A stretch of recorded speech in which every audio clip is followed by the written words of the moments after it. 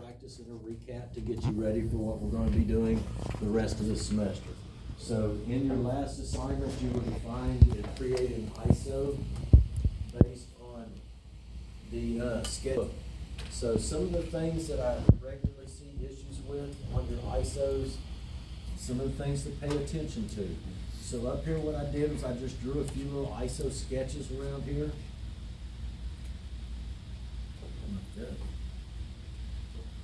So on this sketch right here, what students will do lots of times is they will take that flange symbol and not straddle. So we have to stay on that center line. All of our fittings, that center line, until it turns and goes in another direction. So what students will do is they'll mess up and they'll do the little side of that flange like that, which will kick them off in an opposite direction. Sometimes what will happen is it'll end up like this. And they'll be good, but then they're starting to get down here like this. And so now they're starting to get off track. So one of the things to keep in mind whenever you're showing your fittings, those grid lines that you have on your page and those 30-degree angles that you can lock into in AutoCAD if you have your, as long as you have your polar tracking set to 15 degrees. You do not have to go into isometric grid in AutoCAD to be able to do an isometric drawing. The only time that I'm sure of that you have to go into and actually set your ISO grid in AutoCAD, where we do F5 to rotate through the axis, the only time you really have to do that is when you're showing a circular shape in an elliptical format. So, you know, if I had a stair that from the side looked like this, with a big circle right there, in an isometric, I could draw that stair. I could draw that stair, no problem, on the sides. I could draw that with just AutoCAD with my angles set to 30 degrees, 15-degree increments, so it allows me to hit those 30 degrees. I could do that, but when it comes time to show that circular shape on there, the only correct way that I can show that, it is an elliptical shape, but it is an iso circle is what it's called. So when you go in to do a drawing in isometric, if you have a circular shape, yes, then you need to go through and set your grid up to ISO. Then when you go into the ellipse command, EL and spacebar, it'll give you that option down there for ISO circle. It is a type of ellipse, but it's called an ISO circle. Unless you've got a circular shape, which we're not doing on our ISOs. There are no circular holes, shapes like that we're going to be showing. You will not need to set your ISO grid up. You can go through and just do it with your F10, with your polar tracking set to 15-degree increment angles. Because remember, all of these angles that we're hitting, up and down, 90 and 270, those are increments of 15 degrees. These axes, your north-south axis and your east-west axis, are both 30 degrees off the horizontal. Once again, a 15-degree increment angle will allow you to lock into those angles. So when you're doing isometrics in AutoCAD, you don't have to use that ISO grid until you get into the circular shapes. On the ISO graph paper, so you've got those 30 degrees. You can't just say, let me move my pen over here and lock into that 30-degree angle.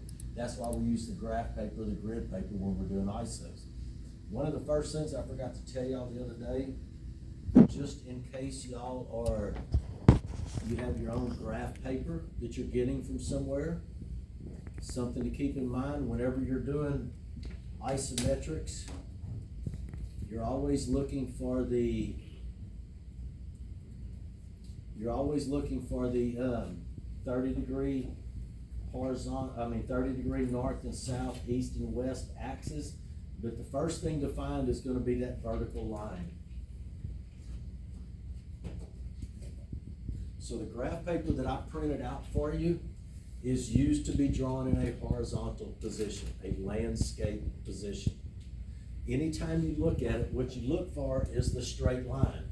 On this, the way I have it up right here, because that 8.5 by 11 is like, this is my vertical line. It does not need to be horizontal. My up down needs to be vertical.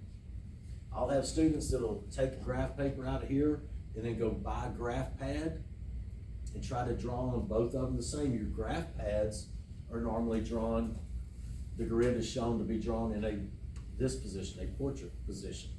Whereas the ones that I printed out for you are in a landscape position. So the first thing you do whenever you're going to do, find that up-down grid. Does your paper need to be like this or like this? If you got it from me, it's like this. North, south, east, west, up, down. There's your vertical axis. So pay attention to that if you're getting graph paper and using your own or something other than this. It may be portrait, it may need to be turned 90 degrees. But once we have those grid lines on there and we're doing that hand sketch, now we see that, okay, the flow of my pipe is going in this direction. It's going to the east. To the east in my isometric world. So your fittings and all of your symbols should straddle that line, that little grid line that you're following. Should go right down the center of all of your fittings. So keep that in mind. I get stuff like this pretty regularly that I ring up, stuff like this. That needs to be centered right through all of those fittings. The other mistake that I get is what you see right here on this elbow. You see that dot and this dot represent the two weld dots for that symbol. Just like it told us back in the earlier chapters of your textbook. So don't forget, you still got all those chapters to refer back to. Mr. P, what's this symbol right here? How do I show this? How do I show this? I put a document in Blackboard that will show you a little bit about your flanges and how they're shown, what measurements we use for once you start drawing it in CAD. But now as a hand sketch, you have to remember to check stuff like this. That symbol from that point right there, that corner on that elbow, is the same distance in both directions from that corner. Remember, we're talking about the center of the pipe. From that corner to that weld dot and that corner to that weld dot should appear to be the same distance. When you're doing it by hand, I usually go like one grid line. Whichever axis I'm on, I go one grid line. I just put that in my head, and that's just something I stick to. I try to stay one grid line with just about everything I draw, except for stuff like the valves. That's usually 2 or 3 grid lines. But if you set up some mental standards like that, you won't have mistakes like this. Over here, so what we've got here is we've got that center line of that pipe is going through the center of all of these valves. Now I showed you something similar to what you had on your project from today. Let me go ahead and throw a T right here in the middle. So let's pretend we got a T coming in right there. So this is very similar to one of the projects that you were working on today. You can see that when I came on this elbow right here, I came out of that elbow, my dots look the same distance, everything's good there. There's my flange, same distance, a little bit of a gap. Everything is good with this. Over on this side, I come around this elbow, dots look like they're about the same distance. There's my flange right down the center of my fittings is also good. Whenever you're drawing and you're doing an isometric, these faces, so this face of your flange, remember, learn your components. If not, go back in your textbook. This is called the face of that flange. Here's the flange face, or the face of that valve. Those 3 lines right there will always be on one of your axes. So whenever you're drawing, your pipe is on one of the axes. This pipe run right here would be on my east-west axis. This run right here would be on my north-south axis. If I had a piece of pipe that came down like this, this would be on my up-down axis. So we've got 3 axes up there. Whenever you're drawing, your pipe is on one axis. The faces of your flanges and valves can be on either of the other 2. So in both of these T's, both of these elbows, they're coming out and heading to the east. They're on an east-west axis. So I can either put my flange faces on the north-south axis or the up-down axis and still be correct. So just some little tips when you're working through these. Remember that about the elbows. That's probably the most common thing that I bring up. And don't forget that when it comes to your valves. Now on some of these future projects, your valves are going to have hand wheels. Whenever you have a hand wheel, so I've got same scenarios down here. I've got a run of pipe, it's on a north-south axis. I've got one set of flanges and valve faces that are on the up-down axis. I've got another flange and valve faces on the east-west axis. So like I said, when your pipe is on one axis, it's on the north-south, your flange and valve faces can usually be on either of the other two. The only time it comes into play is when you have a hand wheel. So on an isometric on one of these valves, if we had a hand wheel, we'd have to look at our drawing and say, which way is that hand wheel going? North, south, east, west, up or down? So this pipe right here is going on the north-south axis. So if I had a valve that was coming off this, so it's on the north-south axis. So my hand wheel's either gotta be coming out up or down or east or west. If my hand wheel is coming out up, I can show that hand wheel symbol on there like that. There's gonna be times where you have to look at it and say, which way is my hand wheel going, and put your flange faces on the same plane. What we've got here, if you were to do this in CAD and you were to use true measurements, which we can look up those measurements on these fittings. If you were to use true measurements, I would probably bring you up right there, because those two little lines right there would be blurred together. So just a little note to keep in the back of your mind. Whenever you're drawing a valve that has a hand wheel, before you draw that flange right there, say what direction is that hand wheel going? Which axis is that hand wheel centered on? And put your flange faces on that same axis. The invert of that is if that hand wheel was going to the west. So if that hand wheel was going to the west, so here's my west direction, here's the center of my hand wheel. So if I were to show my hand wheel going out in that direction, there's my mistake. Whereas over here in this one, my flange faces are on the same plane as my hand wheel. No clutter, no confusion, no red marks. So just a little thing to keep in the back of your mind.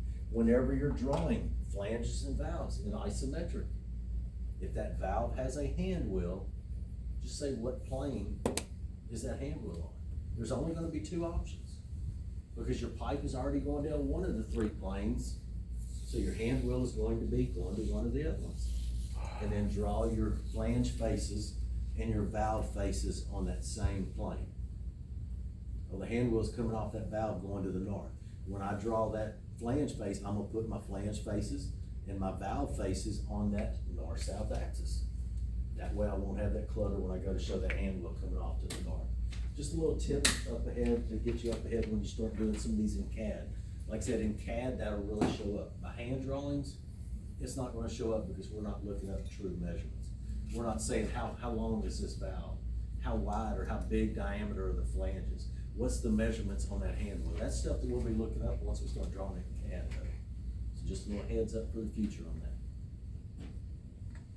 All right, so here's your primary axis. Remember, we're gonna be looking at drawings that's gonna have a plan view. That plan view is gonna show us north, south, east, and west. And then we're gonna have some elevations, some side views of that pipe. Just like if we were to walk up to it in the facility out there.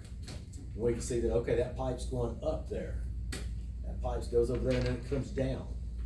So you're gonna look at the elevation drawings to see the height of that pipe, the elevation of that pipe. You're gonna look at that plan view to see which way it's going, north, south, east, or west. So my first thing that I recommended to y'all was to just do a simple single line drawing on a blank piece of paper. So on number one that y'all were to go home and work on and play with, I look at number one.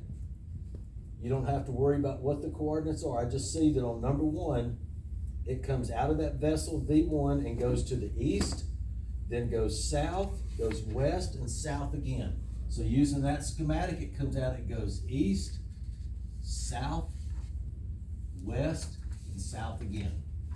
That rough road map. That's all we had to do to start off with.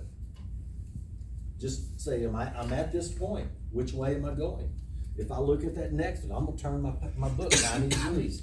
Me personally, up until I started working at the drainage district, My world and every industry that I ever worked in said north is always up, vertically up on your page. Sometimes it's to the right, but just about every time it's gonna be vertically up. But it's not a problem if it isn't, especially with your textbook. I'm more comfortable with north being up when I'm looking at a drawing. That's my natural position, looking at compasses all my life, deer hunting, looking at drawings, maps, stuff like that. North has always been up until up, sometimes to the right, but it's always been in that position until I started the drainage district. At the drainage district, I've turned drawings in with the north arrow pointed straight down because we have different criteria there. We have to say our ditch flows from, is shown on our page from upstream to downstream. If that ditch is flowing to the west, well, I have to turn it over to get upstream on the left and downstream on the right. I've got restrictions there that says this is how we do it. Once again, you go to a company, here I am, all these years in the industry, and a rule that I taught in a class, I started at DD6 in November of 2020, so I had 7+ years full-time up here, and then years before that as an adjunct teaching civil and telling them north is always straight up, north is always straight up. Do not turn in a drawing without north straight up.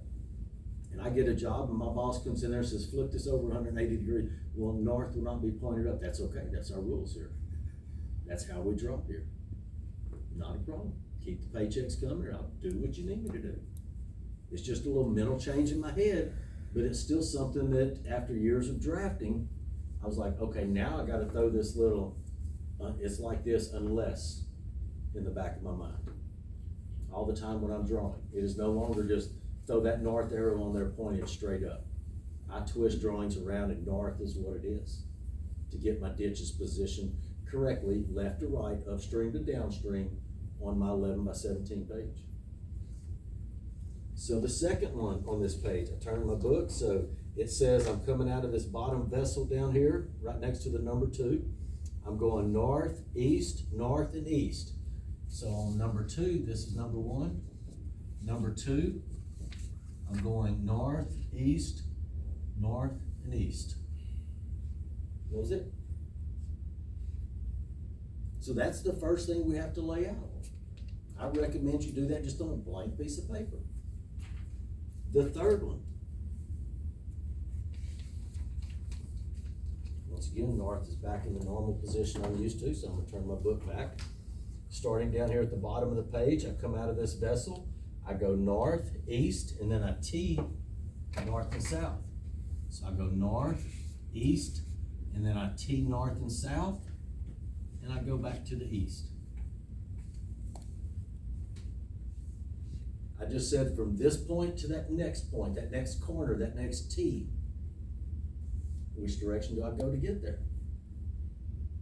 North, south, east, and west you're gonna find on a plan view. The plan view is the only one that will have that north arrow shown on it other than the isometric. On your orthographic views, the only one that will show that north arrow, that compass, is your plan view. Any of y'all that have ever used a compass, have you ever used one and picked it straight up like this? Can't trust it. That compass has to be like that, and you have to be looking down on it. Same thing with your plan view. That is the only view that you could look at that compass. Bird's eye view, looking straight down on it, is the only view that you could look at that compass and see it work right. The bird's eye view, the plan view, the top view, is the only one that we will show a north arrow on other than the isometric. So just little things to keep in mind as we roll through this semester. What I did over here in this little area is I gave you a 0, 0. For some of you, that may help. Do I add or do I subtract? It says go 1 foot 9. Mr. P says add 1/8 of an inch to that for your gasket. 1 foot 9 and 1/8. Not a problem. I got a calculator. I got a computer. I can do the math. But do I add or subtract? Get you a piece of paper. Put your dot in the middle. Say there's 0. Get you a piece of regular square graph paper. Put your dot in the middle and say there's 0, 0. And then look at your drawing. It says, all right, go this distance to the east or this distance to the west. And envision yourself being at that. And that drawing says go to 157 east, 157 feet. Picture yourself walking east 157 feet. And then the other coordinate says north 37 feet. Picture yourself walking north. Boom, there's the center of your vessel. You look at the other vessel. So this is problem number one. You had two vessels, V-1 and V-2. V-1 had a north and an east coordinate. Can I tell that by looking at that? Yes. Because this is 0. To get to the center of there, I would have to go to the east and north.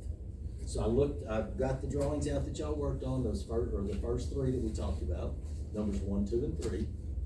And I came over here and I put me a point called 0, 0, and I said, okay, this one is to the north and east of distance. And then the other vessel in that equation is to the north and to the south and east, and it's further in the east. So I just said, all right, there's a circle over there. Visually now, and my pipe comes just like my ISO. I looked at that plan view. It said I came out of this vessel, went to the east, to the south, to the west, to the south, to that other vessel. So I just changed the pin color and drew that line on there. Did I go through and measure my distance to the east and measure my distance to the north? And did I go through and calculate? No, I just wanted a picture to look at. So when I came out of this vessel and it said, all right, your distance from there to your flange is 1 foot 9 plus 1/8 for the gasket. Am I adding that distance or am I subtracting it? Well, here's 0, 0. This is X to the east, whatever to the east. I'm coming out of there, I'm going that direction. So now I'm getting further away from 0. My number's getting larger, I'm adding. So that may help you, looking at it like that. Mentally, I can look at it and say, I've been doing these for a while. I can mentally look at it and say, okay, I'm here and I'm going to the east. If I'm already at the east and I'm going to the east, I know I'm adding. If I'm at the east coordinate and I'm going to the west, I know I'm subtracting. Mentally, I've got that down from years of experience. You may need to get a blank piece of paper out, piece of graph paper, whatever. Put your dot right in the center and say that's 0, 0. The coordinates for this one are east and north, west and south, whatever. Over here on this side, I showed you number 2 and number 3. Number 2 up here had two vessels. Both of the vessels had a west coordinate. Both of the vessels had a north coordinate. So I just said, all right, here's one vessel. This one over here is less than the west coordinate, so it's back on this direction. If this is 150 feet to here, and that one says 125 feet, I know it's gonna be right around in there. Did I scale it? Did I measure it? No, I just wanted a visual to look at, a blank piece of paper that tells me if I'm adding or subtracting. So I found about where that vessel would be and where that vessel would be. And I looked at my pipe and it said, you come out of here, go to the north, to the east, to the north, to the east, there's your other vessel. I just drew a line on there. Not worried about measurements, not worried about lengths, just worried about something to show me whether I'm adding or subtracting with this information. They give me a I-beam column right there. They say the center of this column is at this coordinate. The center of your pipe is over 1'6". Do I add or subtract? Well, I can clearly look at this and say, well, if they give me a coordinate to here, a west coordinate, which a west coordinate is just a distance from 0, 0 to the left, to the west. So if they gave me a west coordinate to that column right there, and then my pipe is further to the west, visually I can see that I'm adding. Maybe that'll help you out. This is the basis of what you will be doing in here on all of your pipe drawings. One of the biggest differences in what you would see in the industry and something you need to learn. Shit, I left my windows down a little bit. I'll be back. 5-minute break. Because it's only put a grade down. So maybe this will help you with your adding or subtracting. What am I doing there, you know? So those were just for practice. Here are the answers for numbers 1, 2, and 3. You can check yourself or work on it later to see how you missed, or get with me. Something that I'd missed that Luis called me on and luckily found out for me, because it would have been a major mistake in the industry, is I forgot to add for that 1/8 of an inch gasket when I was calculating those coordinates. So keep that in mind. Wow. Alright, so there's the answers for your assignments that you're working on, that you brought home. Those are not to turn in. So that was a practice session, getting you up to what you will be doing tonight. So turn to, this one actually has a page number, page 340, page after number 3. So once again, I'm gonna look at page 349. I'm going to turn my book to where north arrow is in the normal position for me. And I'm gonna do an ISO. So these, the ones on pages, on these next ones is number 4 and number 5. Those have elevation changes. The ones that you had been working on, the numbers 1, 2, and 3 that we were talking about and you were practicing on, those were flat. They did not go up and down. So whereas on that one, you either had a north-south coordinate and an east-west coordinate, on these projects, we will have a north-south coordinate, an east-west coordinate, and an elevation. We're gonna have that third aspect. Once again, going back to chapter 9, you had some exercises in that chapter working with coordinates and elevations. You had 2 exercises that worked with coordinates, north, south, east, west. And then the third exercise had an elevation view or a section view, and you were working with heights, elevations to those objects. So chapter 10 was something I recommended that y'all read through and look through last semester. Chapter 10 is where we're gonna be doing our drawings from this semester. We're going to do at least one more before we get into the chapter 10 drawings, your first drawing that you're doing today. But looking at that number 4. So when I look at this plan view, I come out of that vessel and it goes to the north. So right off the bat, I'm gonna say, okay, I start here and I go to the north. What do I do next? Next, if you look at it real close, you can tell that that's not just an elbow turning right there like it was on the last page. That's an elbow facing away from us. If you look closely, and this is something that they changed in this new textbook. The previous textbook just had single line drawings right there. You could see the fittings a lot better because you could see those weld dots that would tell you stuff. What you've got there, when it comes out of there, out of that vessel, and your pipe heads to the north, if we had symbols on there, we would have something like this. And then it would have that open arc around there telling us that that's an elbow going away from us. So if you took basic back in the spring or whatever, maybe you look back over those symbols and say, what is this that I'm looking at on this drawing? It's 11 o'clock at night, Mr. P's already left the classroom. I can't call anybody else in the class and I need to get this done for tomorrow. The rest of your textbook is still there. You can still look back at those chapters. Trust me, unless you've worked in the industry, you did not learn all of this information in basic pipe. You got a taste of it, you learned how to use it, how to look stuff up, what kind of information we look up, what the little pretty little pictures look like. Now we're talking about drawing them, making them look right, using true numbers. So what we've got there is our pipe. When we look at section AA, I believe. Nope, that doesn't really show it. Section BB, looking at it from the other end, shows that our pipe comes up here and then drops vertically down at that location. Then it goes back to the east, or goes to the east. Then it goes back to the north. And then we see in section AA that it drops down vertically again. And then we have all these flanges and valves in that run.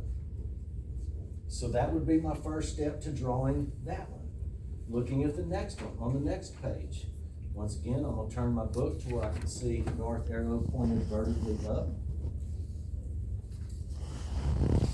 I can see that down here on this bottom side of the page, I come out of that vessel and head to the east.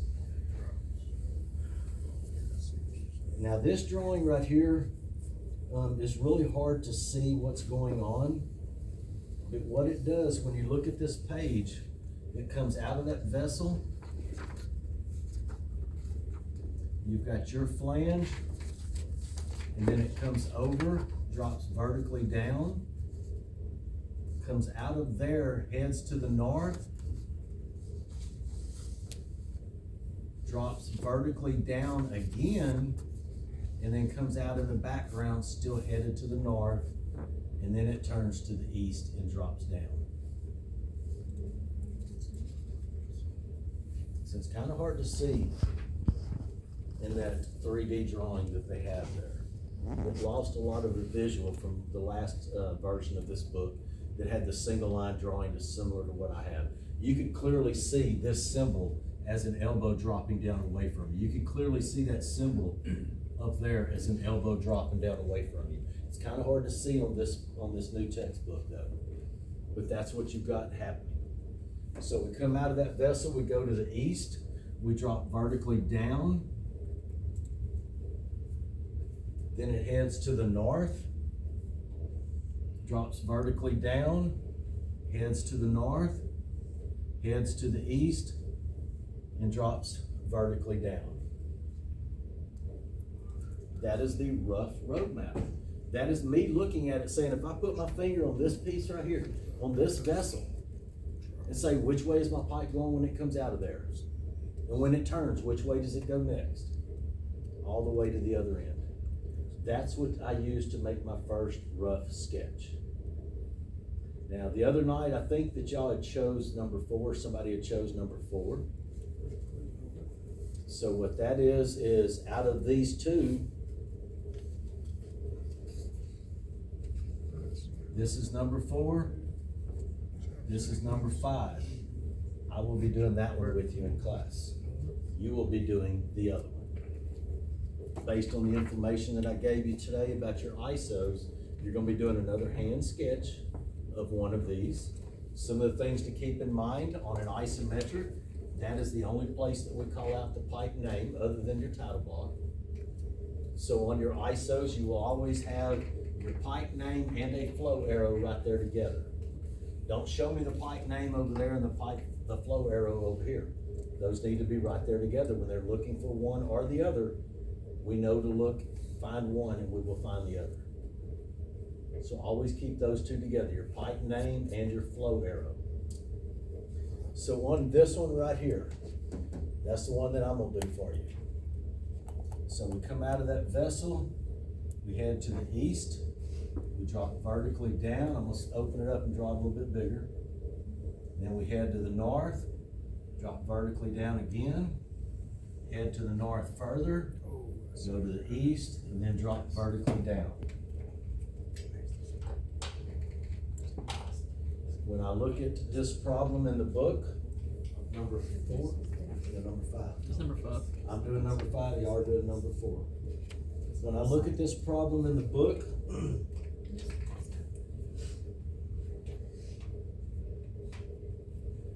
everything looks pretty good. When I look at this vessel on the bottom, I've got a north coordinate and an east coordinate. Up there on that top end, I'm going into a pump. I've got a north coordinate and an east coordinate for that one also. So what that allows me to do is go through and say, okay, I'm gonna have a north coordinate, an east coordinate, and an elevation for each one of these corners. Each inlet and outlet in each one of these corners. So going by and filling this in first may keep from you accidentally forgetting one of them. By writing all this on there, knowing that each one of these have to have something filled in before you get through.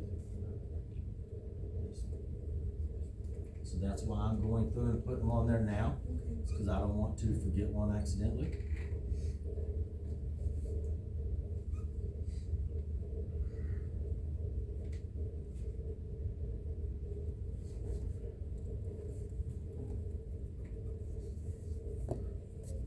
So what I'm gonna do is I'm gonna go through and look at each one of them. Once again, I'm still working on a rough sketch. Maybe I have graph paper out now, maybe I don't, but I'm not worried about stuff like fittings. There may be some fitting makeups in there. I'm not worried about that. I'm not thinking about that. I'm just going through and laying these out. So starting on one end or the other, I'm gonna go ahead and start on that vessel end. That vessel is T101. I've got a projection shown there, which remember the projection is the distance from the center of the vessel out to the face of their flange, and then we add 1/8 of an inch to that. So on this vessel, I've got an east coordinate of 195.0. So here's my 0, 0 for this imaginary one. I've got an east coordinate of 195.0, a north coordinate of 300 and something. So I'm going east 195 feet, north 300 feet, boom. There's the center of my vessel. On the other end, I've got a pump. My pump is at north 340 feet, so it's further to the north, and it's east 205, so it's over in this area somewhere. Here's my pump. That's the coordinates I'm given. And then I say, okay, I come out of that vessel, I go over, down, I go east, down, north, east, and down. So I'm coming out of this vessel, I'm going east and then down, north and then down, north and then down, east, all the way to the center of my vessel. So that's how my pipe run is going to be when I look at it visually in my head. That's where it's going to be. So when I come out of that vessel and I'm going to my flange right here, I'm over here, here's 0, 0, I'm way over here to the, did I say east and go west? Yes. I did. Which one is it? It's east, huh? Yeah, it's east. Yeah, it's east. My bad. It's like I told y'all that y'all wasn't listening. Here's our 0, 0. Y'all catch me on that. So from the center of this vessel, I'm going further to the east. If this distance to the center of my vessel right there, east coordinate 195.0, if it's 195 from 0 to the center of that vessel, and I'm going further to the east, I'm getting further away from 0. So once again, if the 0, 0 helps you to know if you're adding or subtracting, feel free to use it and get you another piece of paper and draw all these on there. You can see that I showed all 3 of them on one sketch over there. Really, I should have made at least 2 out of it because these 2 on this side kind of overlap because of their coordinates. But if that's what helps you get it, feel free. Me, I can look at that and say, okay, the center of my vessel's at east 195. I've got a projection of 1.0. Therefore, my east coordinate right here is 196 foot 0 and 1/8. Because mentally my brain already says, all right, this coordinate east, I'm going further to the east, I'm adding. You may need to look at it something like that to say, where am I adding or subtracting? So right here at this end, I'm gonna go through and find these coordinates, and I'm gonna find my coordinates at the other end. So I look back at my drawing, I've got a north coordinate, 301.0. That north coordinate goes right through the center of my flange. That is my north coordinate.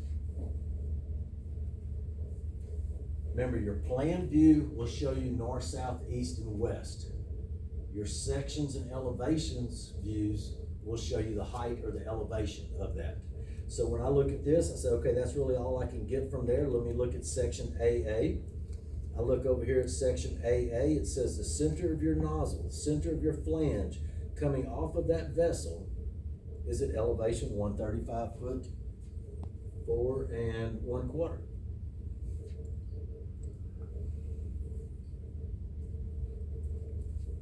So all I had to calculate there was my east coordinate.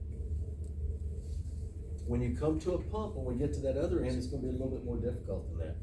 But on this end, on a vessel, you're gonna have 2 of the coordinates already. You're gonna have the elevation, that'll be shown on a drawing somewhere telling you what that elevation is.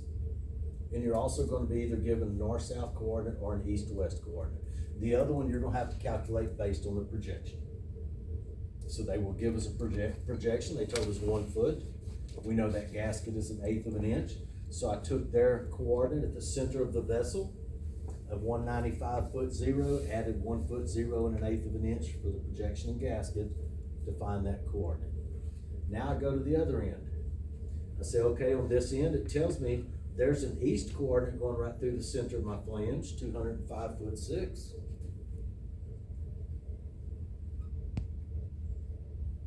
So I can write that down. Then I look at it and say, well, they don't have a north coordinate going through the center of my flange, center of my pipe. Remember, the pipe department works off center lines. Most of the other departments do not. So they're not gonna give us the center lines of our pipe. We're gonna have to see what info they give us and calculate to the center of our pipe normally. So when I look at this, it says, okay, there's the center of your pump, north 340 foot 0. And then I'm going further to the north 10 inches, so my north coordinate, does anybody not see how I got that? Once again, that blank piece of paper was 0, 0, saying here's my pump, I'm going in this direction. Will maybe help you learn whether you add or subtract. I cannot see the elevation, remember, on this plan view, so now I'm gonna go to either a section or an elevation. So I look at my plan view, it says section B is cut right there looking at it. So I look down here at section BB. By the way, this is incorrect. Never call out a section as like B and then label it as section BB. BB means that there's a section mark over here that says B, and there's another side of section mark that says B also. This should just be called section A and section B. Just remember that for industry. All right, so when I look at section BB, it says the center of your pump is at elevation 102 foot 0. And then it shows that we go up 1 foot 0 to the face of their flange. That is how the projection is shown on a pump. So 102 foot 0 going up 1 foot, and then 1/8 for the gasket means that my elevation right here is 103 foot 0 and 1/8. Don't forget to put your zeros there when it's in the inch position. When you're doing a drawing and you're dimensioning, we normally leave the 0 feet off. Not when you're doing isometrics, you're labeling points, what we're doing. We're not showing dimensions, therefore we don't have that rule that says on a dimension, if it's less than a foot, don't show 0 foot, just show the inches. We don't have that when we're doing coordinates. We will show 0 feet if that's what it is. So I do my coordinates. Did you need me or somebody? You can come in if you need to, but. The treasurer money, it's all I give it to you. Treasurer money. Cool. Yeah, we're gonna be using it tomorrow. Going out to eat. Oh, what? Hi. Alright, see you tomorrow. Hey, I'm gonna be up here tomorrow during the day. When do y'all need it? We have class at 2, it is at 3:30, so we're thinking 4-ish. I don't know if I'll still be here. Just make sure before I leave. I think I will, but just make sure before I leave.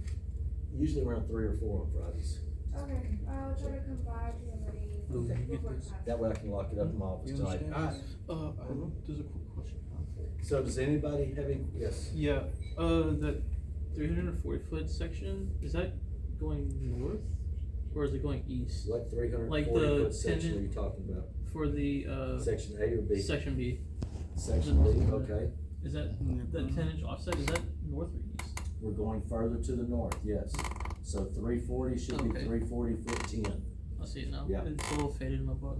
Yeah, so we're going, do what? The marking indication for it is faded, Yeah, so I we're couldn't going tell. further to the north. So remember, what they've got here is they've got those sections kind of overlaid in the middle of that plan. Yeah. So it's really confusing what you're looking at.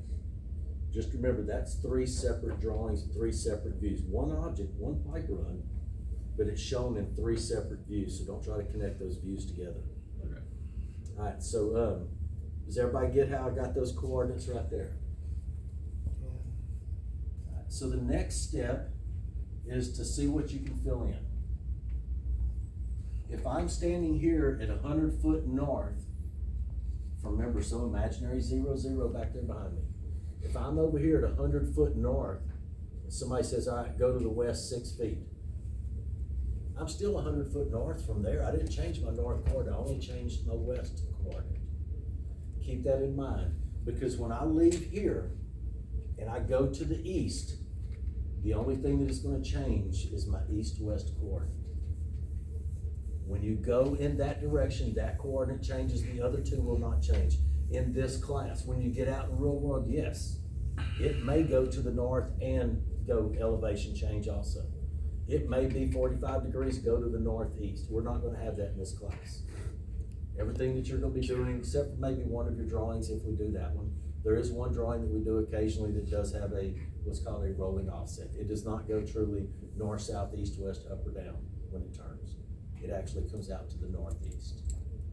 Something else to keep in mind, you will not have horizontals on your isometrics. There are no horizontal lines. You do not have horizontal grid marks. The only time you have horizontal lines in isometrics is if you have a rolling offset. If something comes out to the northeast, well, here's north, here's east, northeast is straight to the right. If you have something that goes to the southwest, here's south, here's west, southwest, it'll be right between them. Southwest would be a horizontal line. You will not have that in here. You do in industry though. In here, all the stuff that you're gonna draw, except for, like I said, possibly that one pipe, will be on one of these three axes. When you go from one point to another point, from that flange to the elbow, to the elbow, to the T, to whatever, you're gonna be going either in a north, south, east, west, up or down direction. So from this corner to that corner, I'm going to the east. My east-west coordinate is the only one that would change. So that means I didn't go anywhere to the north or south, so I can carry that coordinate over. I didn't change the elevations, I can carry that number over. Now all I have to do there is find the east. So what I do, and it's a good recommendation for you, is start out by finding both ends and then see how far you can carry those coordinates. So from here to here, the only thing that changed was my elevation.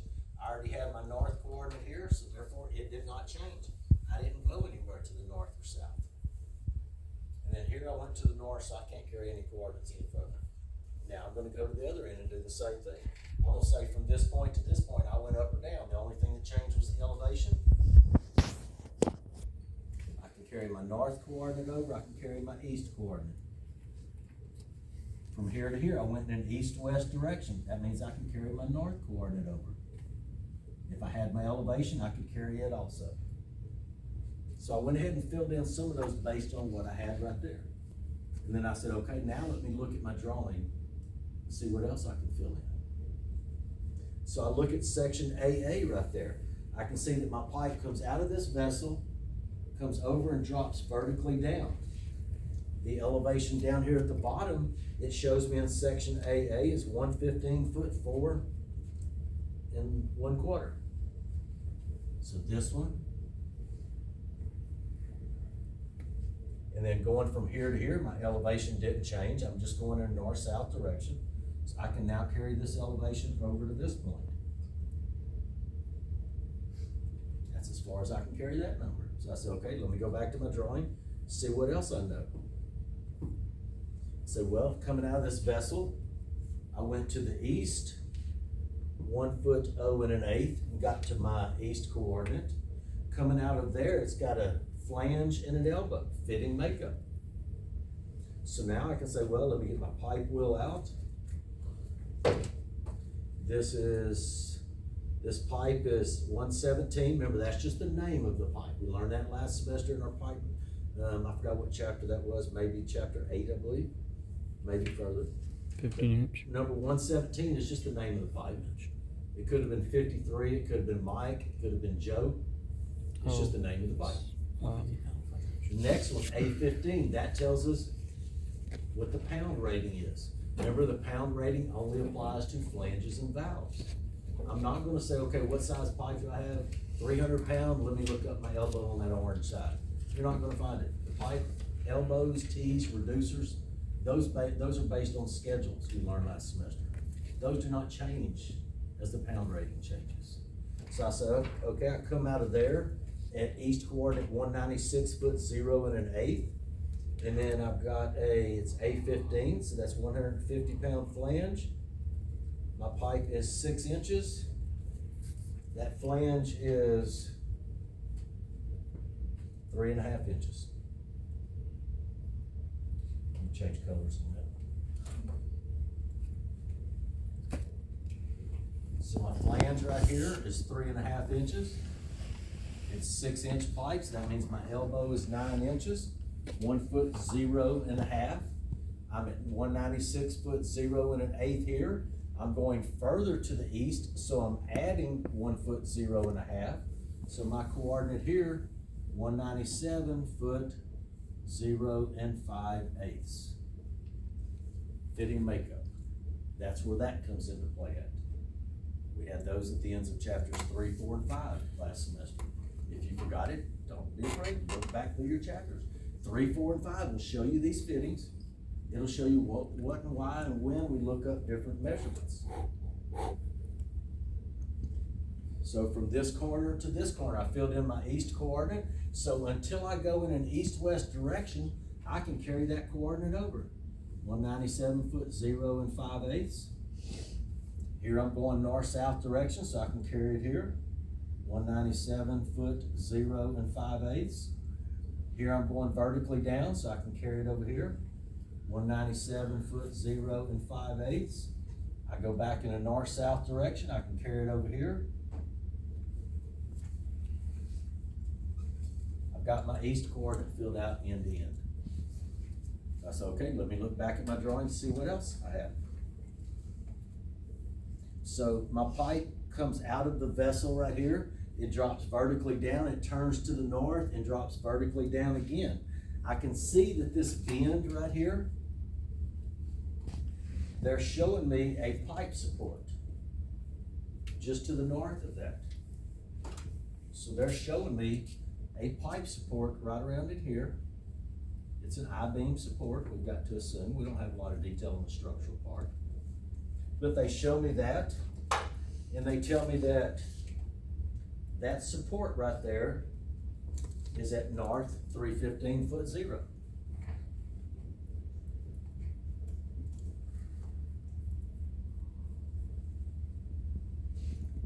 They tell me the top of steel of that. Top of steel is at 110 foot 8. Does everybody see that?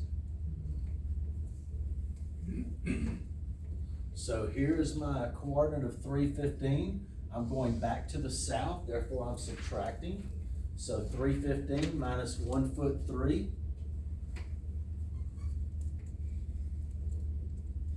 313 foot 9.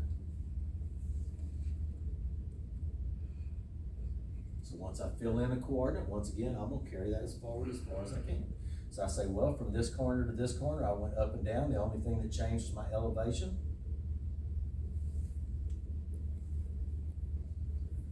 I've got my north coordinate from end to end. I said, okay, what else do I know?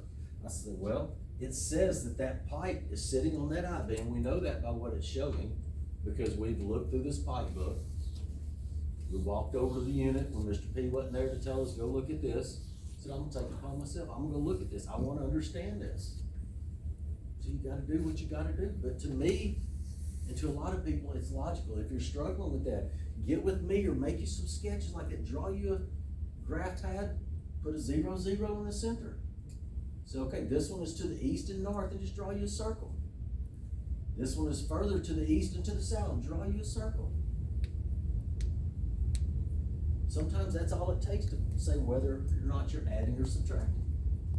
Wouldn't that the lower one, wouldn't it stay 315? Because that's where the I-beam is. Where the I-beam is, wouldn't that stay 315? You put 313.9. 315. Wouldn't it stay 315? Because you subtracted the 10. No, we subtracted 1 foot 3. Yeah, and then the one below it, you put 313.9 again, even though that's where the I-beam is. Oh, I guess it's No, the same. Never we're mind. talking about this corner Yeah, okay. right here. Yeah. Okay. Overthink. So what we've got is a top of steel on this I-beam. So what's happening there is we've got an I-beam.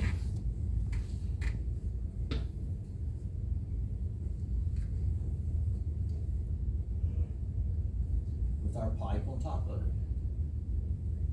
As pipers, we work off of center line. That would be the elevation that we need. Once again, your drawings are not gonna be drawn for the piper.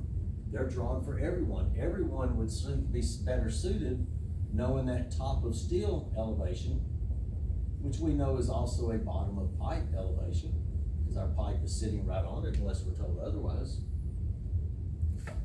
So now what I can do is I can say, okay, my pipe is 6-inch diameter pipe. So I can get out my pipe wheel, look on the orange side, spin it around till I find the corner that says 1/2 OD to the nearest 1/16 of an inch. I say, okay, I've got 6-inch pipe.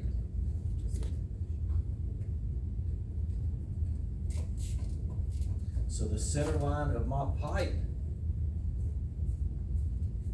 this measurement right here, distance from the outside to the center, the radius of my pipe, the 1/2 OD for 6-inch pipe is 3 5/16. So if this is at 110 foot 0, I'm going up 3 5/16. That gives me a coordinate of, what is it, 110? 110 foot 3 5/16. Everybody see how I got that? Did you say orange side?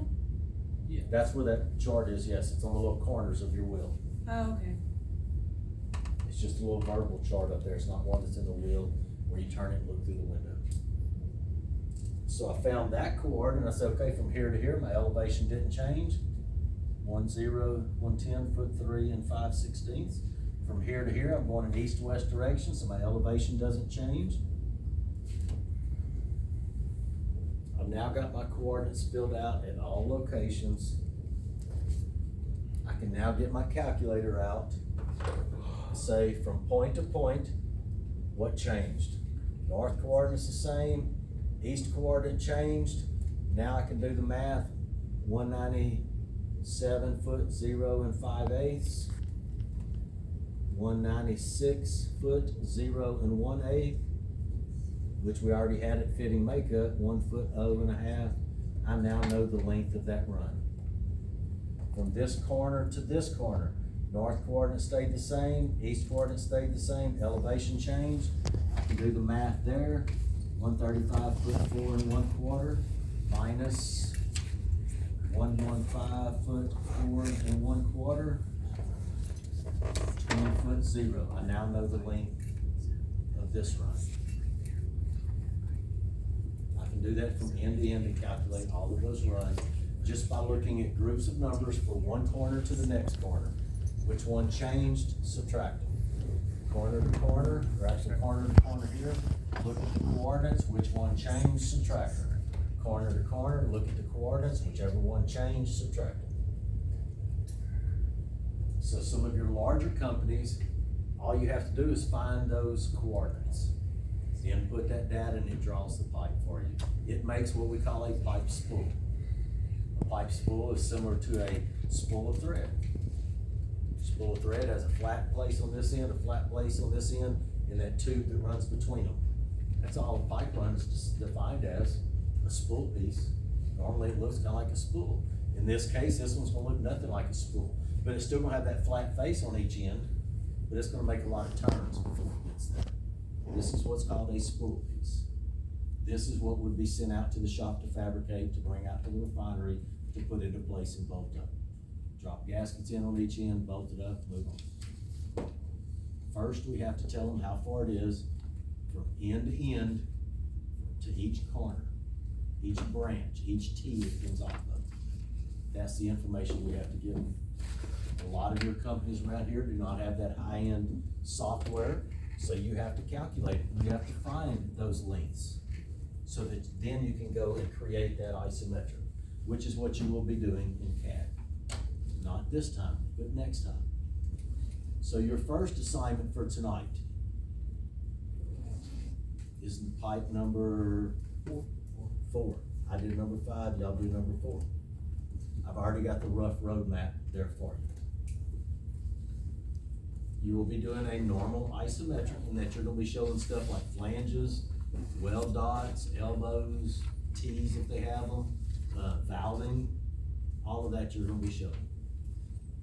Once again, I went from this sketch to that sketch. Now I would be ready to get my graph paper out, or if I was going to CAD, I would be ready to open the computer up and start drawing. I now know what I need to know.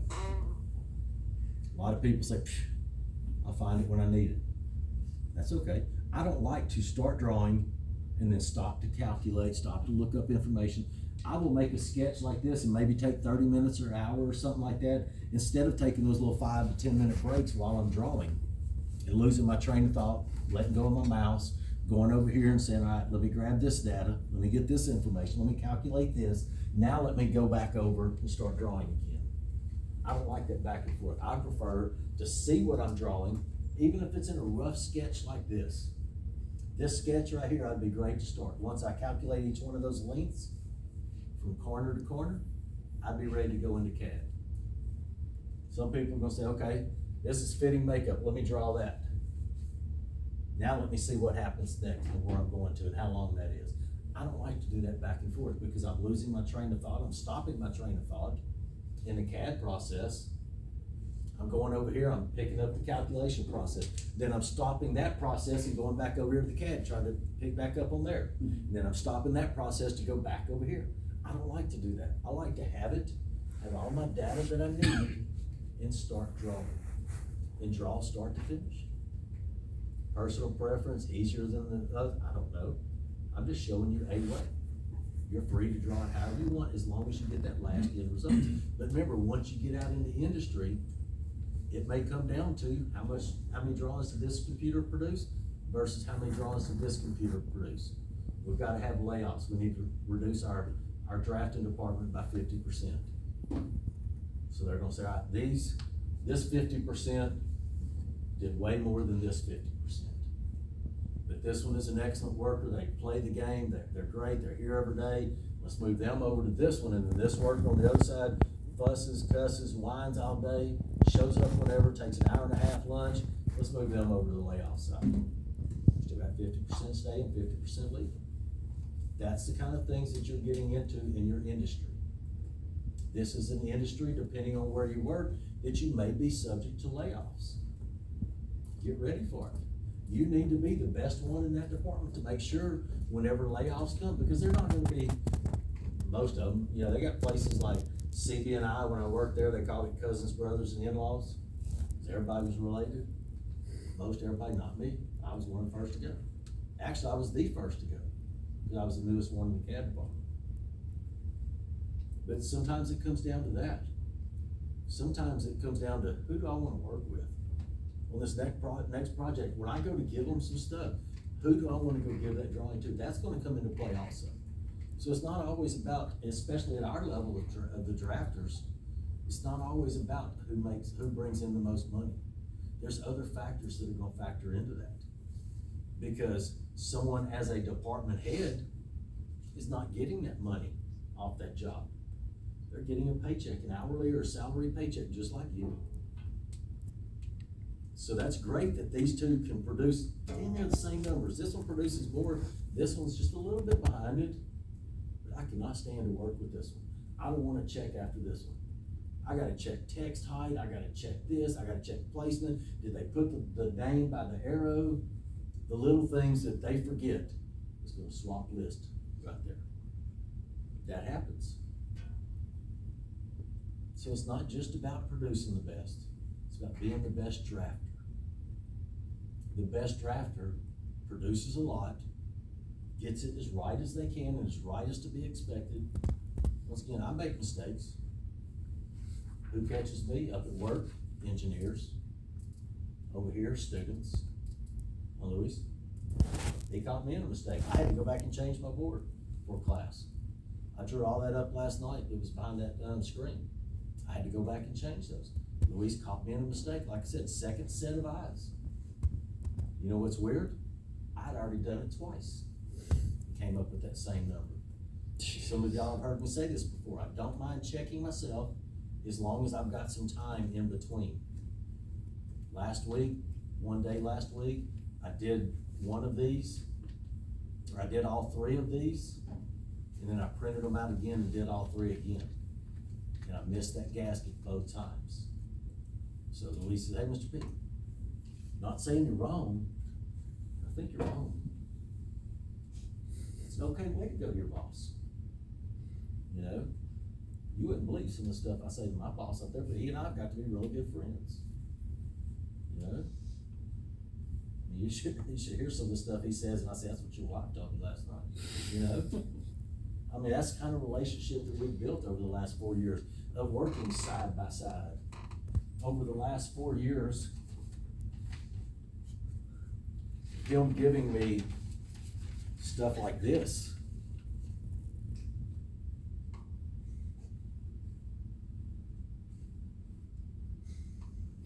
And me opening up AutoCAD and creating something like this. Once again, as long as I've got the info, I can do it.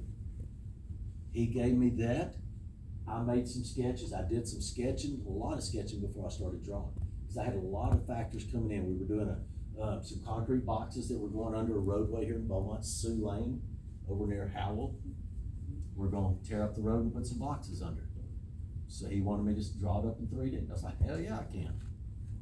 Haven't ever drawn a box 3D, I don't think. Yeah. I went out and back, watched deer crossing the ditch back there, got lost in that for a while because it's close to hunt season. I'm like, oh yeah, I'm supposed to be taking. Got back to pulling the tape measure, made my little sketches out there in the heat from mosquitoes. Went back into the office, oh yes. Sat down, I got acclimated for about 15, 20 minutes, played some games on my phone, watched some videos or something. Said, all right, time to get started, and started sketching. I didn't grab my mouse.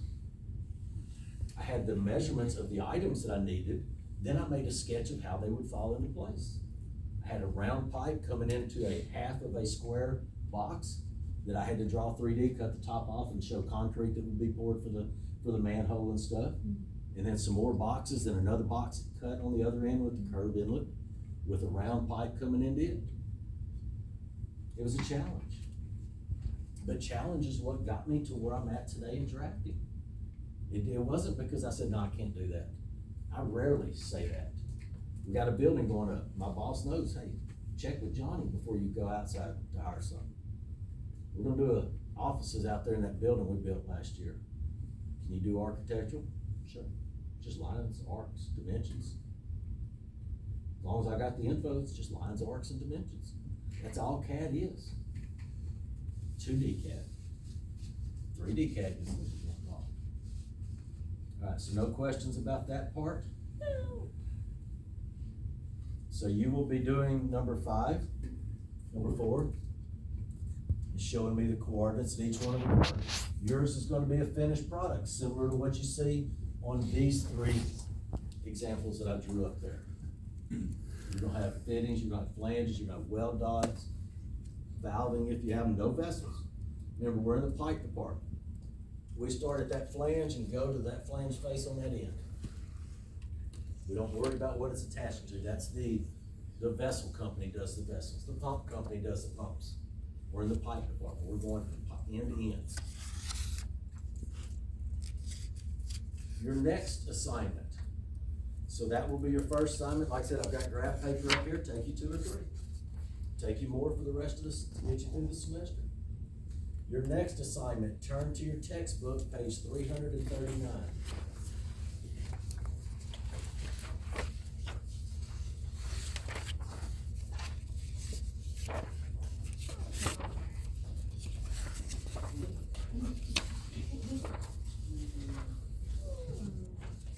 I've got to open my book back up and I'll show y'all up here on the screen.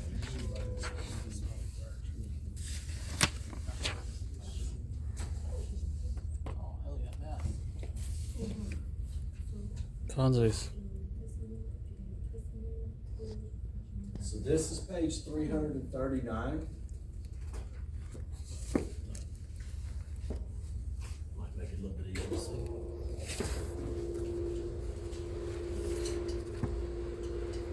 So these are exercises you see on the bottom right corner, 13-9, 10, and 11.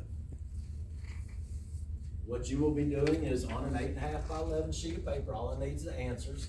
So you can use your same one that you had from other chapter reviews and other classes of mine. You can use that same format. And you're gonna have one column that's labeled 13'9", and you're gonna say 1 through 20 and give me those answers. You're gonna have another column labeled 13-10, and you're gonna give me those 20. 13-11, now 13-11 doesn't have the standard numbering like this one does.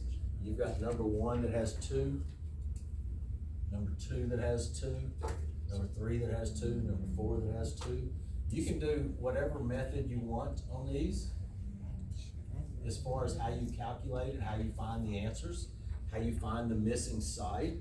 I will tell you that I drew all of these up in CAD to calculate that. I stopped doing all that cosine crap years ago, and I don't have to go back to it because I know how to do it in CAD now. I know that you give me any 2 components of a right triangle other than the 90-degree angle. You give me 2 sides or two angles or a side and angle, and I can probably figure out the rest in AutoCAD. So on this first one right here, it tells me that we've got a line coming up at an angle, 2 foot 3 5/8 long. Then we've got a vertical line and a horizontal line. I'll give y'all a second to see how you would do that in CAD, and then I will show you. Wait, what's SA? What is it? Side angle? Now, do it, think of it in your head, and then when I show you in a minute, maybe that's the way you thought of, maybe you know an easier way. So on that number 1 up there, remember, as a CAD drafter, we don't just throw in the flag, say, I don't have the info. There's a lot of times we're not gonna have the info, we're gonna have to find the info. That's gonna come to play big time in pipe this semester, because like I said, our drawings are not normally designed for the piper, but they have the information so the piper can work off of it. So to calculate number 1, what I would do is I would draw what I know. I would say I've got a vertical line that's 1 foot 1 and a horizontal line. I don't know the length of it. And then I would say, okay, that sloping line is 2 foot 3 5/8.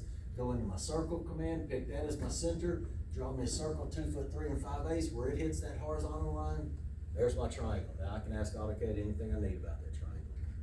What's the length of this line? What's the angle of this corner?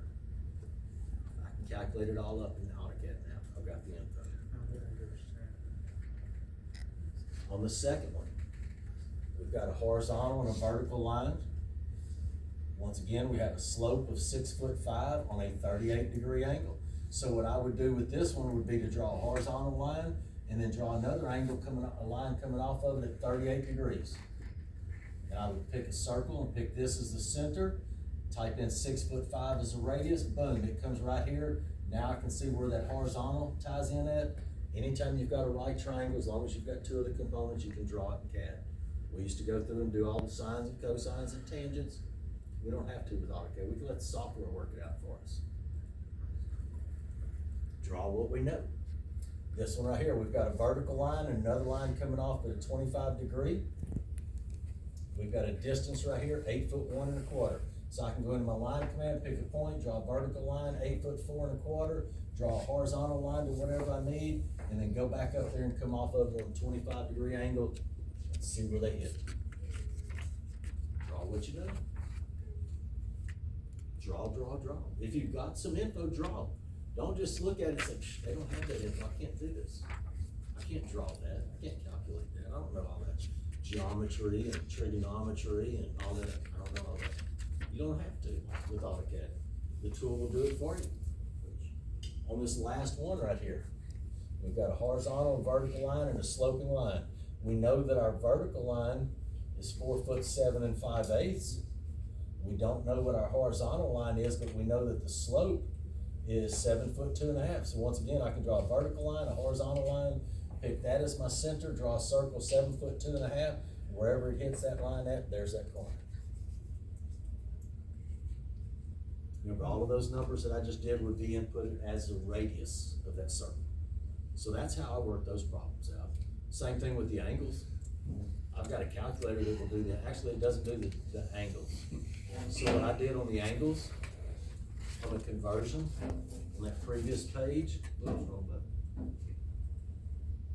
on this page right here, on the left side, you've got degrees, minutes, seconds. You're converting to decimal degrees. I just go into AutoCAD, draw a line. What I did in AutoCAD was I drew a horizontal line a long ways across my page. Let me put it over in this area somewhere. So what I did was I drew a long horizontal line. And then I used my formula, at the distance is less than the angle. What's our distance? We don't have a distance, Mr. P, I can't draw this. Make something up, 1 inch. That's what I did on mine, that's all you need, is just something sticking off of it. So I drew that horizontal line, then I drew a bunch of these lines using those angles, all 1 inch long.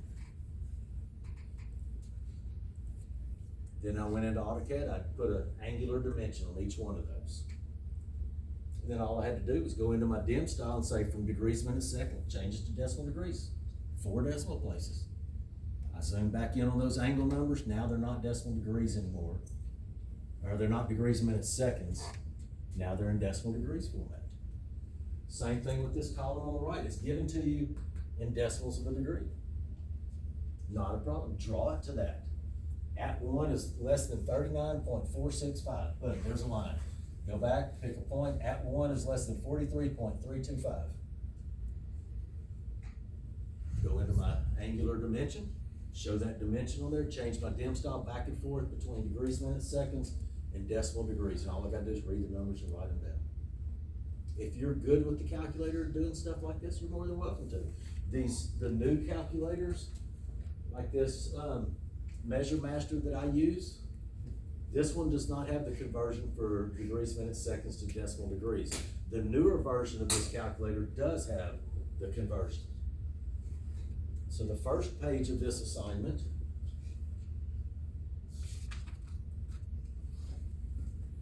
the numbers on the left, traditional imperial measurements, feet, inches, and fraction. AutoCAD calls it architectural measurements. You're converting this one to decimals of a foot. Over here, we've got decimals of a foot converting to feet, inches, fractions.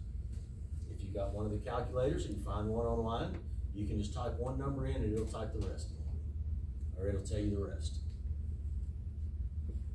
So this one is just a simple conversion. For those of you, just to get you a start, this first answer is gonna be 12 point something.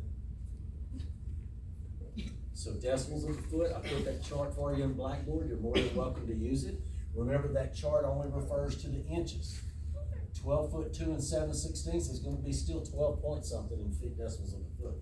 It's still 12 feet. All you have to convert is the inches. So number 1 is gonna be 12 point something, number 2 is gonna be 1 point something, number 3 is gonna be 3 point something. The feet or your number is your number or numbers before the decimal. Don't get twisted up in that. I'll get, this one right here, one of these, I think for this one, maybe I'll get like, I don't know what I'll get, like 1 foot, 2 7/16 a decimal for that. No, it's still 12 foot. You're looking up the 2 7/16 on that chart. That's what you've gotta convert. It's still 12 foot though. 12 point something. Over on the other side, 13.8372. This one is gonna be 13 foot dash something. 8372 is gonna be on a calculator. Something to keep in mind. We work in down to 1/16 of an inch increments. So if you're using a calculator, use an online calculator or a handheld or your phone. Make sure you set it to give you nothing less than 1/16 of an inch dimensions. You don't want any 32nds or 64ths on there. If you look these up on the chart that I put for you in Blackboard, if you look up the decimal, 0.0625 in decimals of a foot. If you look that up and it falls between two numbers on that chart, maybe you're looking up this 3021. I'll tell you what, I'll show you that chart real quick, just to make sure everybody knows what we're talking about.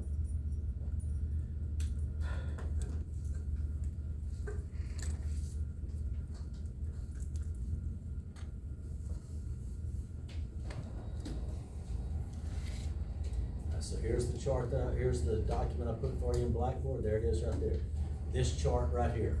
So when I look at this chart right here, that number that we had on that other one, 0.2031. That's one that's right on. 3021, let's go with that one. Okay, 3021, damn it, it's 1 2. I thought there was some of them that wasn't actual numbers on this chart. 8372. Okay, so 8372 is not one that's on there. So when you're converting that one, and you come over here and you say 8372, Mr. P, it's in between these two. You can either use 10 and 1, or 10 inches even, or 10 and 1/16. I'll accept either one of those answers because it's between them on the chart. If you've got a calculator and you type in that number and you have it set correctly, it'll give it to you in 1/16 of an inch increment answers, which is what you need on this. Don't give me 30 seconds and 64ths. Don't give me anything smaller than we would normally see when a tape measure.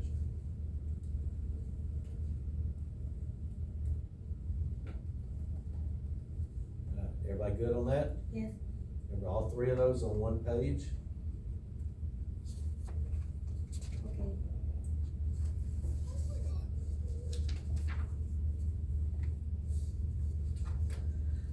Here's your other next assignment. Wait, sorry, so What wait, page? so 339, 340, and 341? Yes. Alright, just making. 13-9, 10, and 11. I'm not sure on the page numbers. I know it's My listed. bad. Yes. What page is that? You're going to have a couple of assignments that you will do this semester that are gonna have something similar to this. Your standard format is gonna look like this, with a plan view, an elevation view, and an ISO in that position on your drawing. Page is that? So if you go through eventually and you've got your border and title block set up like this, you've got your viewports over here, that's great. If you're just starting out with your master drawing, remember we have a standard scale in here of 3/8 of an inch equals a foot scale. We will be adhering to that on all of these CAD drawings. So when you go to draw these drawings, right now, you're still getting this drawing set up. You're not ready to have that finished, pipe master set up correctly. Eventually, yes. If you wanted to and make it easier on you, you could have that. Say, well, Mr. P, I've got this master drawing that I'm using for all of my classes. I've already got this 11x17 that I use in another class for you. Well, just move your cursor down there to the tab, right click on that tab, go to move or copy. Tell AutoCAD to put it at the end and create a copy, and you pick OK, and boom, there's your new page. You can right click on it, change the name. Say this is 11x17 pipe. There's your pipe border and title block. You can set it up like I did on that other one, and still have this main drawing set up just for pipe. So that when you come in here, when you're in pipe class, boom, there's my border. It looks like it was set up just for my pipe. You come in the next day to civil, or a couple of days later to civil, a week later to civil. We do this civil drawing. You open up the same master drawing. There it is, set up for civil 2. How was it set up for civil 2? Well, we use on civil class, we use 24x36. I also use 24x36 in my steel class and in final project when I teach those. So once again, Mr. P, I want to keep this 24x36 for this other class, not a problem. Right click, move or copy, move to end, create a copy, pick OK. Boom, there's your other 24x36 that you can set up just for that class. That's what I did. My main master drawing right here, you will see with my layers, I've got all the layers on that layer sheet, and I've also got some 3D layers added in there for when I do the 2319 class. I've got some other stuff like elbow in case I want to do some specific piping drawings. If I want to break my fittings out by elbows, flanges, T's, I can put all of those in layers. I've got all these different layers already set up in this drawing. You need to have at least the minimum that I put on that chart. Am I gonna check your layers? No, but I will be checking when it comes out of the printer. If you wanna do it the hard way, feel free. I wish you wouldn't though. That's one thing I like to teach is industry standards, industry information. In the industry, they don't wanna find out that you're doing something the hard way when they know you've been taught the easier way. So maybe that way's easier for you. Maybe you understand it. But if it's a difference of one of them taking 30 minutes and your way taking an hour, they're gonna want you to learn the 30-minute way. So however you want to do this drawing, what they show you on here, so however you wanna set your master drawing up is up to you. So we've got a plan view and two elevations. All of your drawings are gonna show you the plan view. That is your plan view right there. Here's another tip for you. They're calling out that size right there. Don't call it out on yours. We're not gonna show that information. I'm gonna show you in a little while what your drawing is gonna look like. But for right now, this is what you're working off of. So this is, because it doesn't have a north arrow, we don't know if it's a north, south, east, west direction. So for right now, all we can do is look at this and say top view, front view, left side view. Does everybody remember that from first semester? Yes. What we are shown there is a top, front, and left side view. Do not show me a left side view in this class. The positions that I have on that page, if you take out the north arrow, those positions reflect a top view, a right side view, what you learned was your three primary views. We're adding an ISO in the top right corner. So if you wanna waste the time to draw this, even if you say, well, I'm gonna put it on the other side, it's not the right view. We need to look at that from the backside. We say, we're gonna take this object, we're gonna roll it down here, we're gonna roll it this way. We're supposed to roll it that way. So what you need to show over there, you can come in here. What you need to show is from the opposite direction. So don't just blindly go in and say, well, that's what the book gave us. Because what I'm gonna do is when you turn that in, I'm gonna put a big red X through this one, and I'm gonna put a big red X over here, because you didn't show that view. I've got 4 views plus a border and title block. They're not 25, 25, 25, 25 for each of your views. I've got some points in there so I can do title block mistakes, forget and mess up the scale. I've got points in there for that also. And if you decide to do an incorrect view and not show me that view, I'm probably gonna count off, you can say, count off about 20 for not having that view, and I'm gonna count off another 5 or 10 for you showing that view. And you wasting company time. I might email you later. Okay. No, I won't read it. I'll know to dodge it, Alright. mark it as spam or something. Like, so that is your first and next project in CAD. This will be due by the end of class next week. So I'm gonna allow you to come in and work on it after I get through lecturing. So something that happened with the 2.5-hour class is going down to 1 hour and 40 minutes.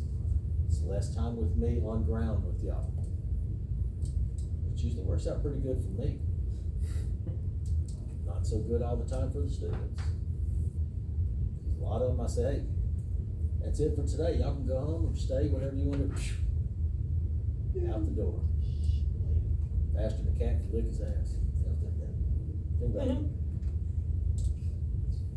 So this is gonna be your first assignment. You will be doing a plan view, an elevation view, and an elevation view. Your north arrows, you will have 2 options for north arrows in this class. Your north arrow will either be pointed straight up, or your north arrow will be pointed to the right. That's gonna be your 2 options. That's why on my main master drawing, I've got both of them drawn right there. I can erase whichever one I don't need.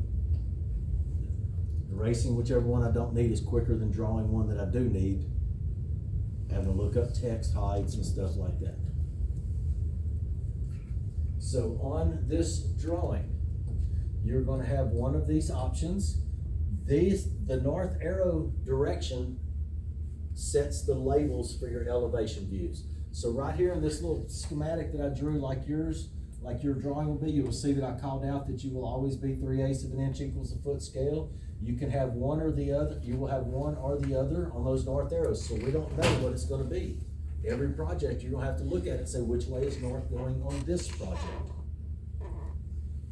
Your elevations are labeled by the side that you are standing on.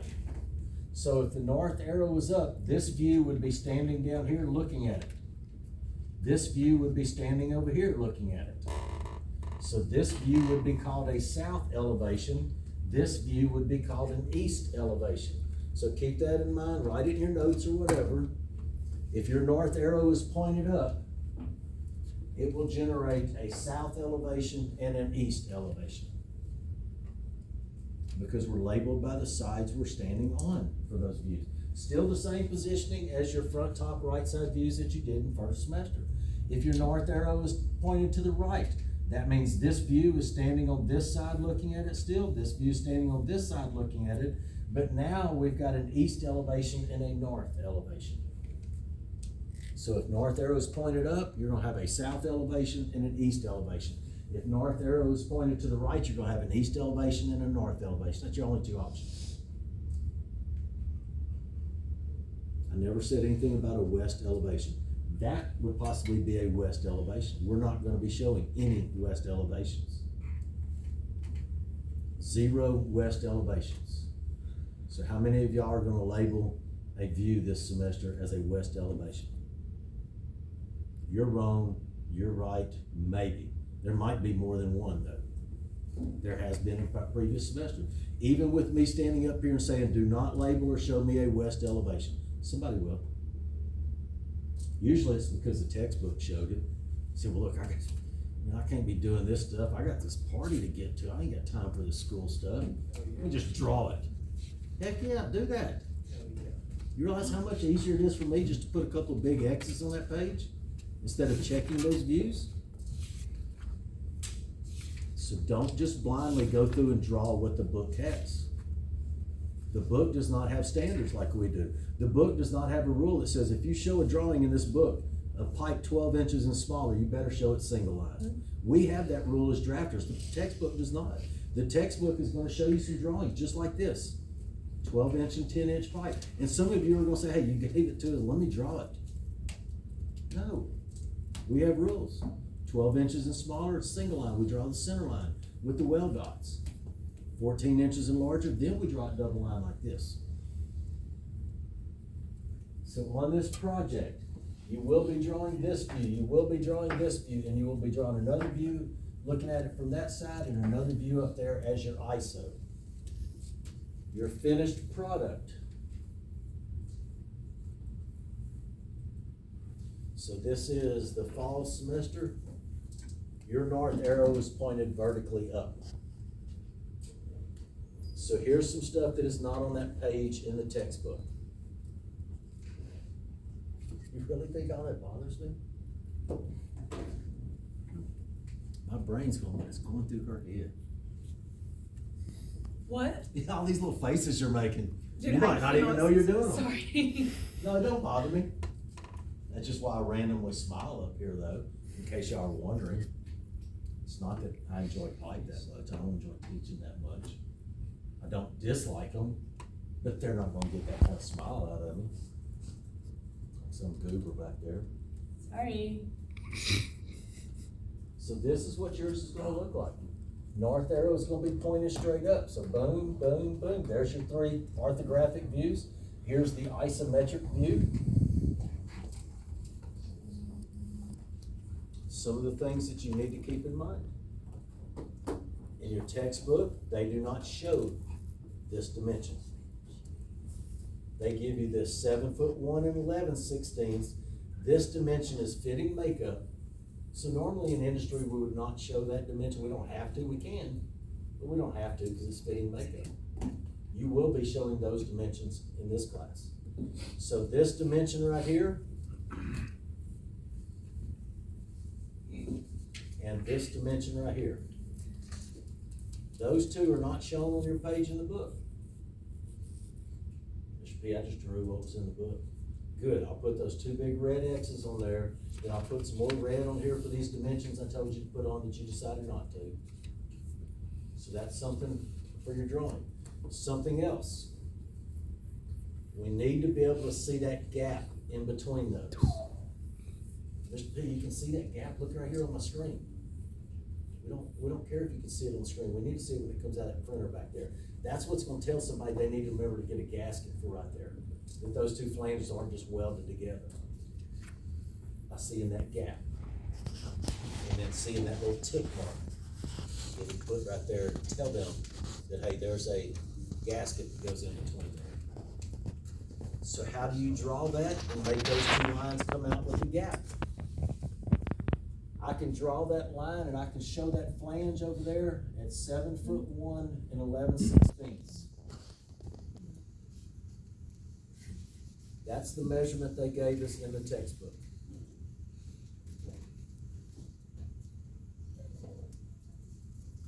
They told us 7'1" and 11/16. But here's something else that they told us right there. Look where that gasket tick is. They're saying, here's the measurement, 7'1" and 11/16 from here to here.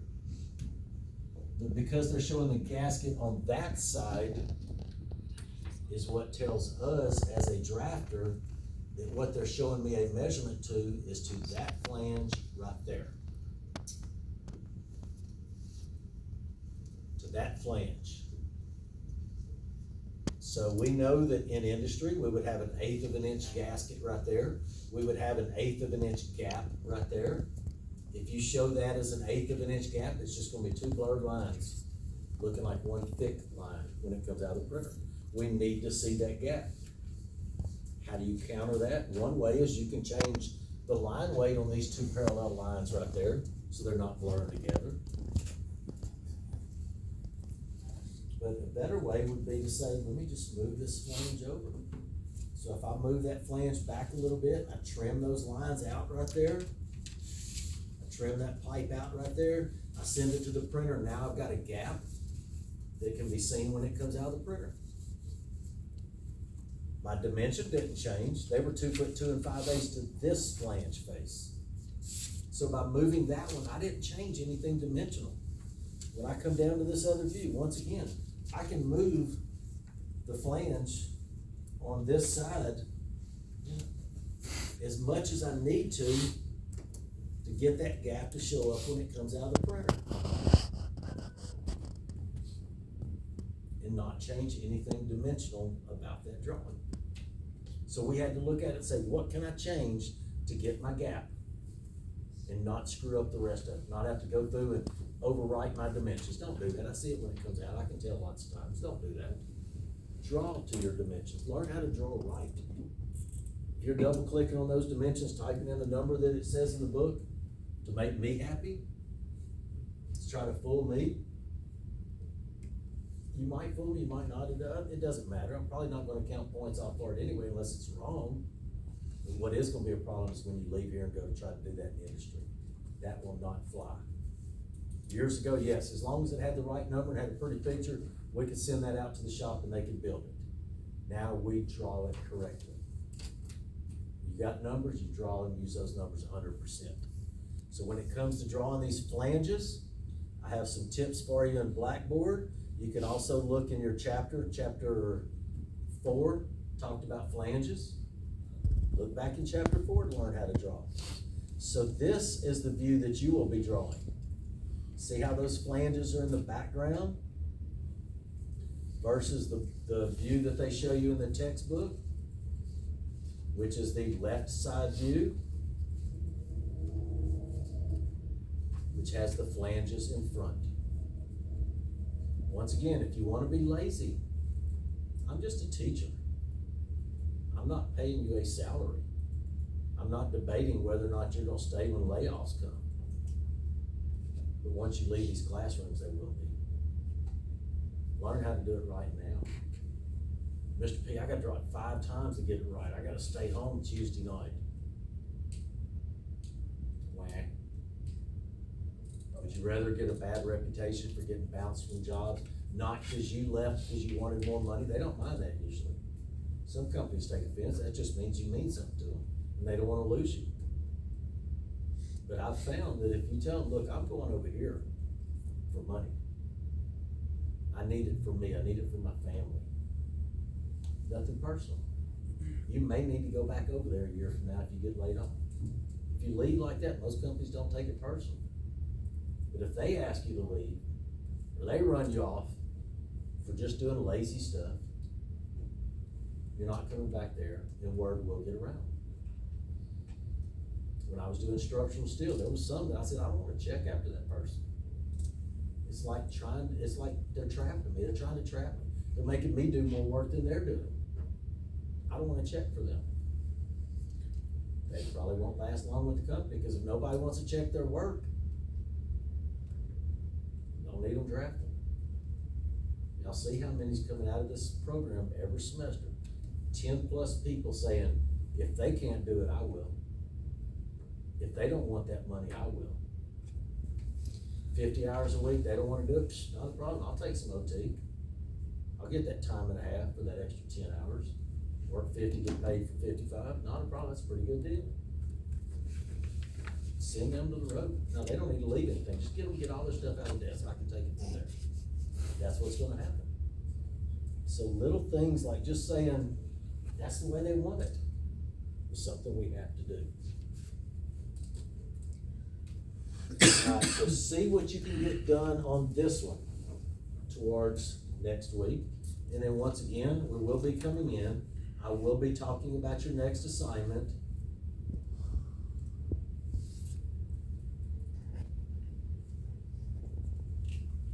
But this is gonna be your first pipe assignment. Now here's some of the stuff that isn't in the book. North arrow is pointed up on our drawing. They do not have a north arrow in the book. They do not show these two dimensions in the book. You will. On your isometric, always remember, on your ISO is where we say the name and we show a flow arrow. That's the only place the pipe name comes in, except for in your title block. So your pipe name for exercise 4-4 is 44 C30 14 inch. Okay. 44 C30 14 inch. Where is this in the book? Taryn, what does the C30 tell us? 300 pounds. It's 300 in the- pounds. She don't tell us nothing. Orange side of your pipe wheel. Good job. So when you're looking up information for those flanges, you're gonna be looking it up on the orange side of your There's not a pipe. page pipe number, wheel. it's into chapter 4. Don't forget also in that Blackboard stuff I put in at the first semester, it'll give you a little bit of tips on how those dimensions from the back of the book or the pipe wheel. You probably have to look in the back So of the book, page I think. 83. And that's what they're referencing on those little things, that little document I put in Blackboard for you. It says to draw this flange symbol, which ours on the pipe is a raised face weld neck, RFWN. To draw a raised face weld neck pipe. On these views or in isometric, I showed you on that document in Blackboard how to pull those dimensions from the back of the book and how they apply to that little sketch. Remember, we're not sketching by hand. We're drawing in CAD, so we're gonna use measurements. Similar to what we did today, you don't have coordinates, but you have lengths. So you could make that rough sketch. You could make that rough ISO like we did on these other ones. And then instead of saying coordinate, let me calculate that length, you can just write the length on it. Now you've got the pipe information, you've got your rough routing for the isometric, you've got that picture in the book that shows you. Now it's just a matter of grabbing the mouse and putting it on the computer. You got all your information. Is it raining? Questions, Luis? Yes, it's Yeah, raining. bolt holes for the flanges. Does it show us in the book how that, like, Yes. okay. What Is you it will gonna be find on the back? bolt holes in the book versus the pipe wheel. In the back of the book on your charts, they show you the bolt hole diameter. On your pipe wheel, they show you the bolt diameter. You're drawing the bolt hole. Am I gonna be able to tell that 1/16 of an inch difference in that donut that you draw representing those holes? No, but why not do it right? Is it, so on the wheel where it says stud bolts, is that the bolt? That, you can use that for your hole size, which is Okay. probably like 3/4, It's a 14-inch pipe. 7/8, maybe 1 inch. It's gonna be right in that range. It's like 1 and 1/8. Yep, when I worked construction, we had 3 wrenches that we carried. I was in the piping department. We carried either a 7/8 or a 3/4. We carried a 3/4, a 1 inch, 1 and 1, well, we had 4 of them, 1 and 1/8 and 1 and 1/16, I think. Yeah, because on the wheel it has diameter of bolts and number of bolts as well. Yes. Okay. Don't forget your bolts straddle the center line. Yeah. So you will How many see this bolts? view that I have right here. How many bolt holes are there? For a 14-inch flange, 20 bolt holes. That's right, Number this of bolts is 740, 20. not 750, huh? I was shooting 750, oh well. But you can see that my bolt hole, here's my horizontal center line, Okay. bolt holes are straddling, don't forget that.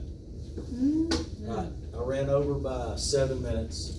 It's gonna be on your paycheck, Okay. buddy. Yep, y'all have a good weekend, I'll expect that OT bonus.